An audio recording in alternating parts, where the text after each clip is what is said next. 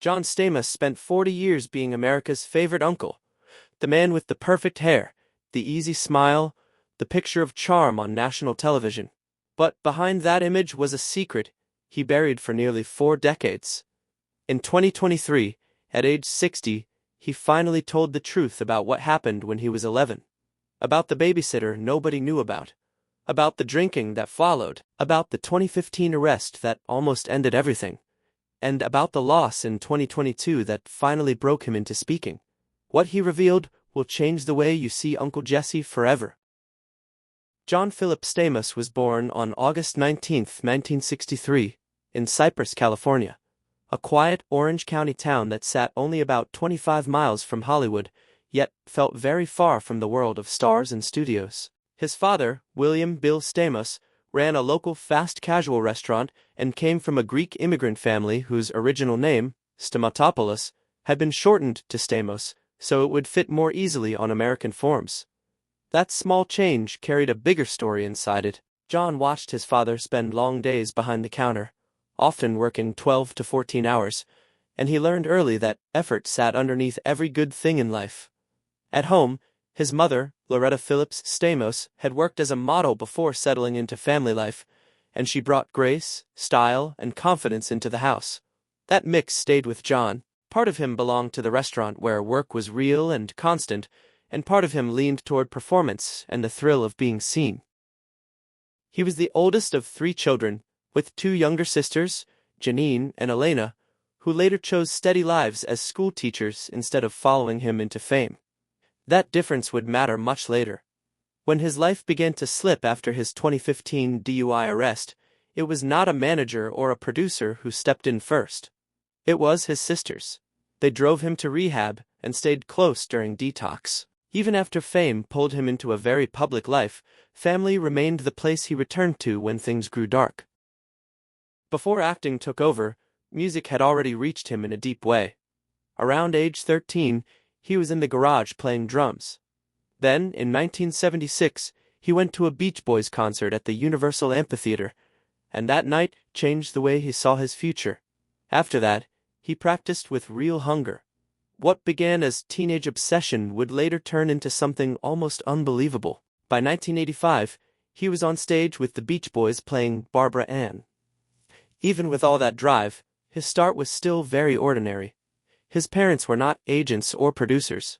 So when John turned 18 and decided to put off college, the choice carried real risk. He worked at his father's restaurant, flipping burgers and saving money while making trips into Los Angeles to audition. There was no safety cushion waiting for him. In early 1982, he landed his first major role as Blackie Parrish on General Hospital. For a kid who had been bussing tables only months earlier, the shift was huge. He made his first appearance on January 25, 1982, at just 19 years old.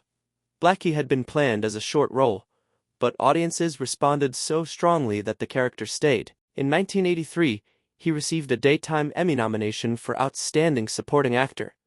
Those early wins gave him momentum.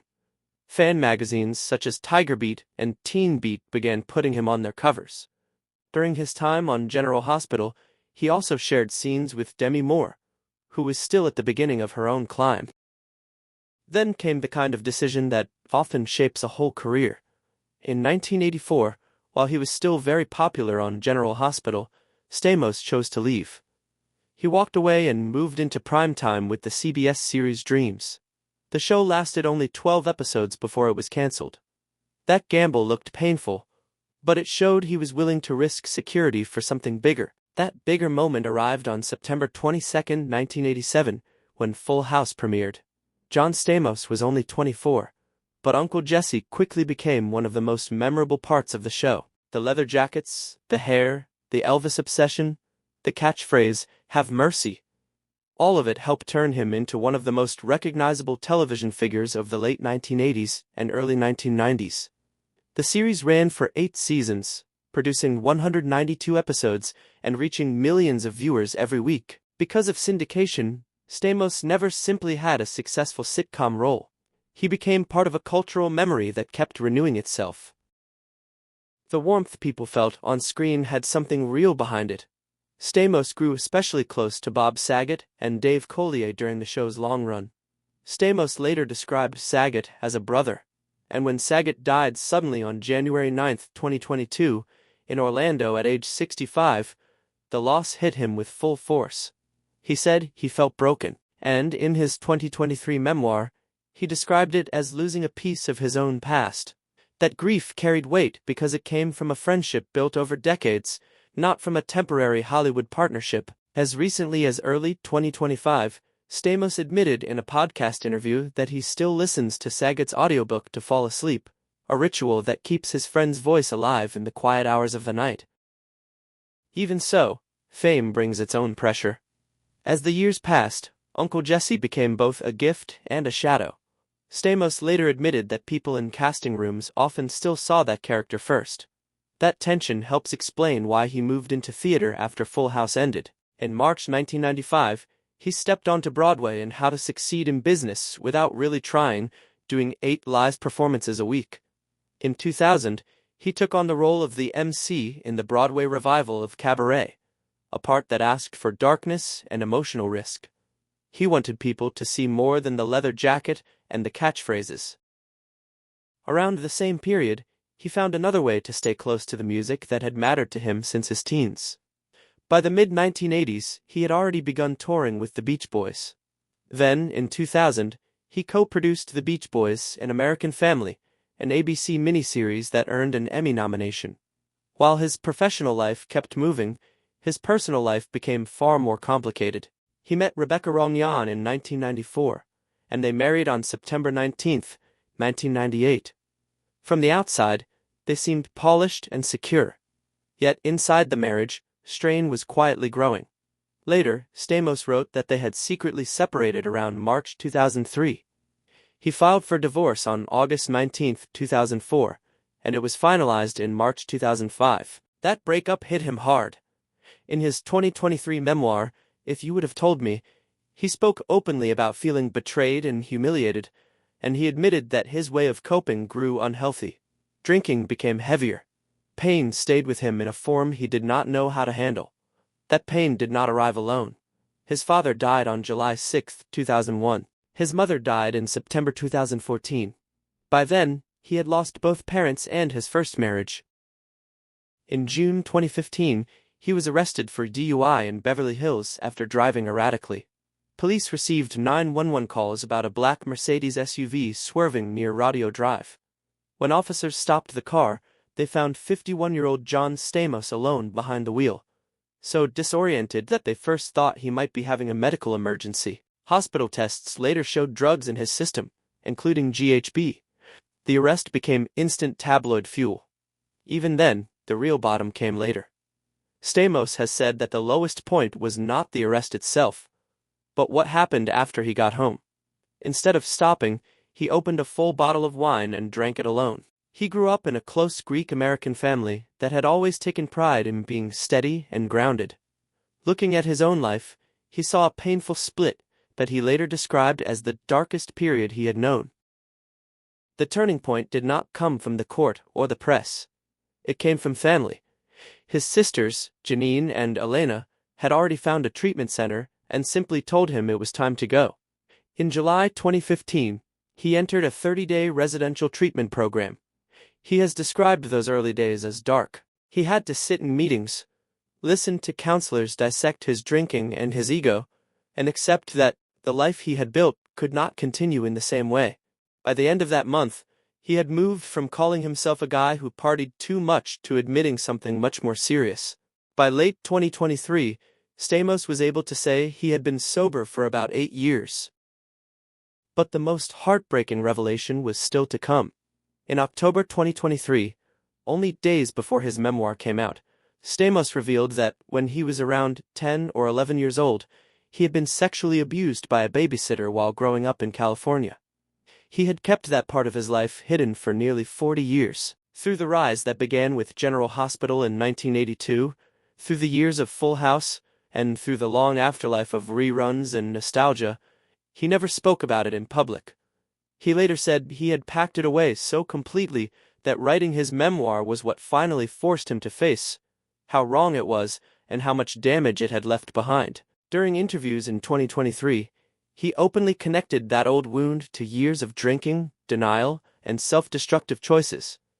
He explained that by the time he reached his late 50s, he finally began to understand that the trauma and the addiction were part of the same story. The therapists he worked with while writing the book helped him see a pattern that had been there for decades. In a 2024 interview, he said something striking. He admitted that without that help, he probably would not be here. Coming from someone the public had long associated with ease and confidence, the line carried real weight. The thing that finally pushed him to tell that truth was loss. Stamos has said he never planned to write a memoir.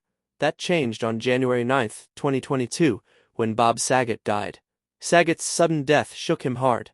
By then, Stamos was also a father, and those two facts pressed on him at the same time. He later said that writing the book felt like therapy, and that Saget's death forced him to face a terrifying thought. If he stayed silent much longer, the truth might die with him. That same urgency echoed again in late 2024 and early 2025, as Stamos began teasing a documentary project about his life. In a November 2024 interview, he revealed that cameras had been following him for over a year, capturing not just the nostalgia of Full House reunions, but also his ongoing work with child abuse advocacy groups. The documentary, which sources say is slated for a 2026 release on a major streaming platform, promises to explore the connection between his childhood trauma and his decades of silence. Stamos has called it the hardest thing he has ever done, harder even than writing the memoir. By late 2023, Stamos was able to speak about the three forces that kept him grounded: his wife, Caitlin McHugh, his son Billy, and his therapist, Phil Stutz. In October 2017, at age 54, he proposed to Caitlin, who was 31. He rented out Disneyland for the evening. The age gap was 23 years, but people close to him later said this relationship felt different because he was truly present. He was not covering himself with charm while staying emotionally unavailable. Then, on April 4, 2018, John and Caitlin welcomed their son, William Christopher Stamos, known as Billy.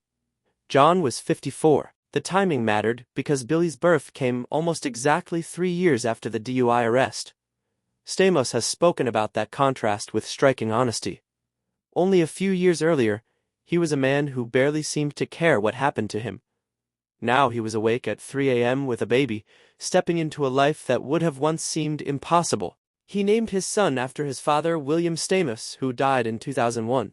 In his memoir, he reflected on the fact that his father never got to see him sober, settled, or living with maturity. Fatherhood hit him with a force he had not expected. He has called becoming a dad the greatest thing that ever happened to him. Before sobriety, he joked about Peter Pan syndrome. By 2018, his world had shifted in a much more ordinary and much more profound direction.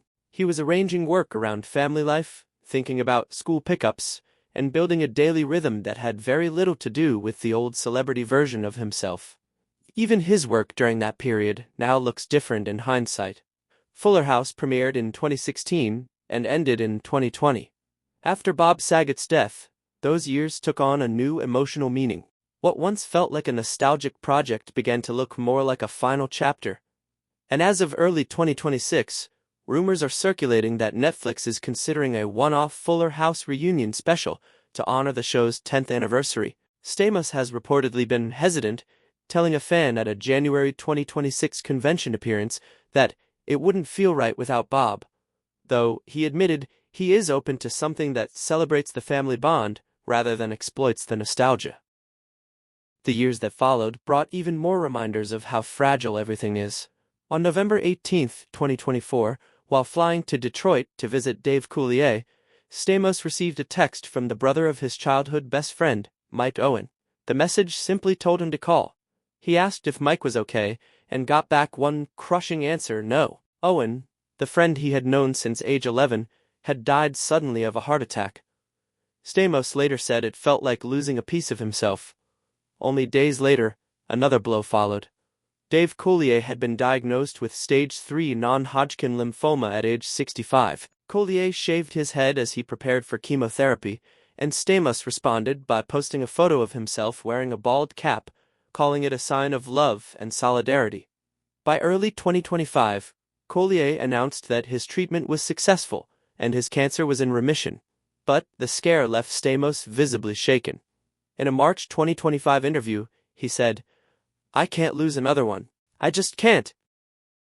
That fear of loss, layered on top of the childhood trauma he carried for 40 years, has reshaped John Stamos in ways the public is only beginning to understand. The man who spent decades hiding behind perfect hair and a catchphrase is now, at 62, speaking with a raw honesty that feels nothing like the Uncle Jesse character. The tragic news is not that John Stamos fell, it is that he fell so many times while carrying a weight no one could see. And the heartbreaking truth is that for nearly 40 years, he believed he had to carry it alone.